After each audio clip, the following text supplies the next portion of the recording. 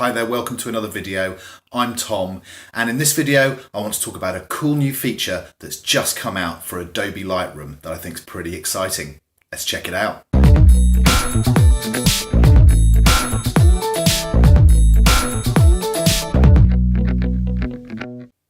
So yeah, if you haven't seen it in the news, Adobe brought out a new May 2019 update for Adobe Lightroom Classic, and what it does is it adds a new slider to the Develop module, which is called the Texture slider.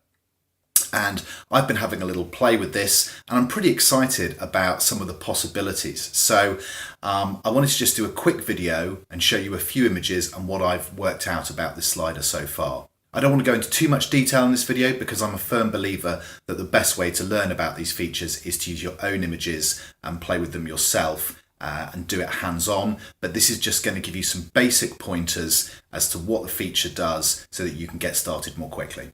Let's dive into Lightroom and take a look. Let's jump into the first one, which is a portrait image. So I'll go into the Develop module, and I'm just going to zoom it in because I want to show you the detail of this. This is actually a picture of my daughter. She will absolutely hate me for using this. Sorry, my dear, but you're a good subject for this particular exercise. Okay, so I'm not going to worry too much about the rest of the processing of this image. I'm just going to concentrate on showing you what the texture slider does over here. This is the new slider that's been added. Probably the first thing to do is show you how it's different from the clarity slider immediately below it. In that if I apply some extreme clarity slider to this image, you'll see it has a softening effect or a textured type effect. But keep an eye up here on the histogram of this image, because you'll see that when I move the clarity slider, the tonality of this image is changing. Because it affects both shadows and highlights to a degree. Alternatively, if I apply the texture slider to it, keep an eye on the histogram again, you'll see that it has that same sort of effect of either adding detail or taking it away, but that histogram's not really moving at all. So the first thing to say about texture is it's different from clarity because you're not affecting the tonality of the image in the same sort of way. So now let's take a look at this second image here of the snow leopard, and this is just a sort of typical subject that we might use the texture brush. This image has already had some adjustments made to it, so I'm just going to concentrate purely on doing local adjustments using the adjustment brush. So if I just quickly paint in here over this leopard, I'm not going to worry about being too accurate about this because it's only a quick test, and I'm sure may struggle a tiny bit, there we go, with the lack of contrast in some parts of the brighter parts of this image. But let's just very quickly add an area. Let's just make sure I've got that bit of fur there. Right, that'll do for the sake of this, and then turn that overlay off. And then if I just go in a little bit closer, let's apply that texture slider, and there you go. You can see, I mean, again, that's quite extreme. That looks a little bit over sharpened, possibly at that sort of stage. Probably just applying it at 50 is nice enough, but you can really see the difference there between that texture slider. And what it reminds me of, what it's very similar to, is, I don't know if you're familiar with Nik software, but there's a tool within the Nik software collection called Color Effects Pro, and within that a tool called the Detail Extractor, which I quite often use for additional processing on top of what Lightroom does.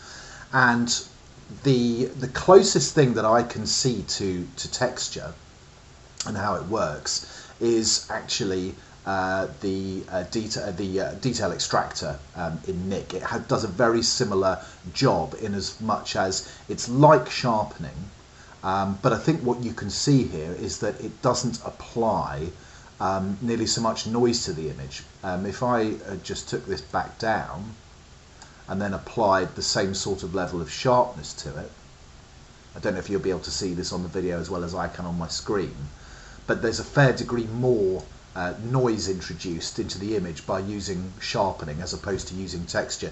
So it's not like clarity in one way, it's also kind of slightly different from just regular sharpening as well, but it will have the same, if overused, it definitely does have that same sort of slightly hyper real, almost slightly HDR look to it if you apply too much of that texture. So that's something we're all going to have to play with and see what suits each particular image, but it definitely has a dramatic effect.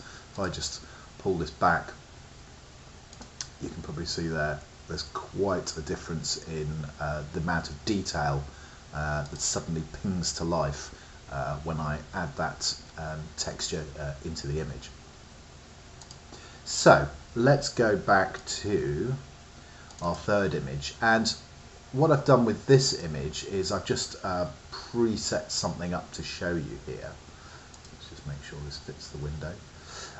So if I just jump back to here, what I've done with this bluebell woodland image is I've just applied two selections using the brush tool to this, but I've treated the foreground and the background differently, so that this may not be to everybody's taste, but all I've done is effectively take the foreground here, the actual bluebells, and also this tree trunk here, which is sharp, and I've added texture to that, which you can see just come in there.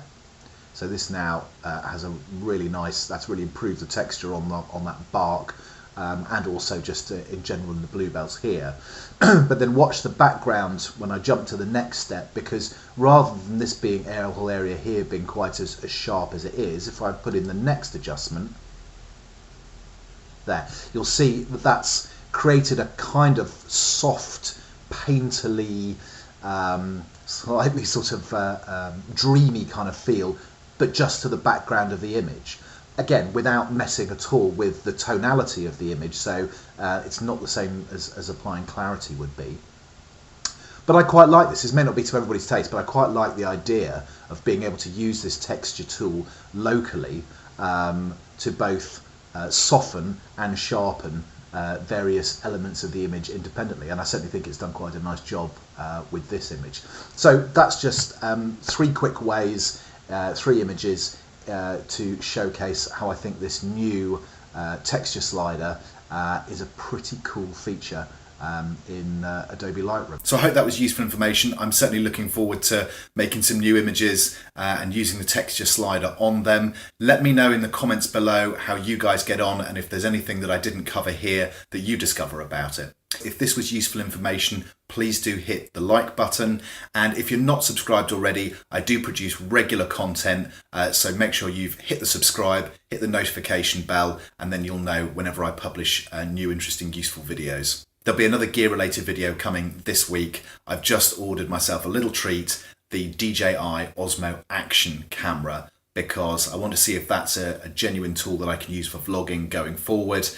So make sure you're subscribed, and then you'll see that video when it comes out, hopefully later this week, when my Osmo Action turns up from Japan. No, China, sorry. Anyway, that's all for now. See you on the next video. In the meantime, take care, go safe.